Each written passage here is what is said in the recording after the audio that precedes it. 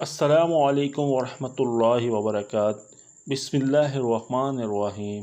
सही बुखारी की रिवायत है, हज़रत इब्न अब्बास रज़ी अल्लाह ताला अन्हुमा से रिवायत है कि रसूलुल्लाह सल्लल्लाहु अलैहि वसल्लम खुतबा दे रहे थे कि एक शख्स को खड़े देखा। आप सल्लल्लाहु अलैहि वसल्लम ने उसके मुतालिक पूछा तो लोगों ने बताया कि ये अबू इसराइल नामी हैं। उन्होंने नज़र मानी है कि खड़े ही रहेंगे, बैठेंगे नहीं, ना किसी चीज़ के साए में आएंगे और ना किसी से बात करेंगे और रोज़ा रखेंगे। तो नबी करीम सल्लल्लाहु अलैहि वसल्लम ने फरमाया, इससे कहो कि ज़रूर बात करे, साए के नीचे बैठे और अपना रोज़ा पूरा कर ले।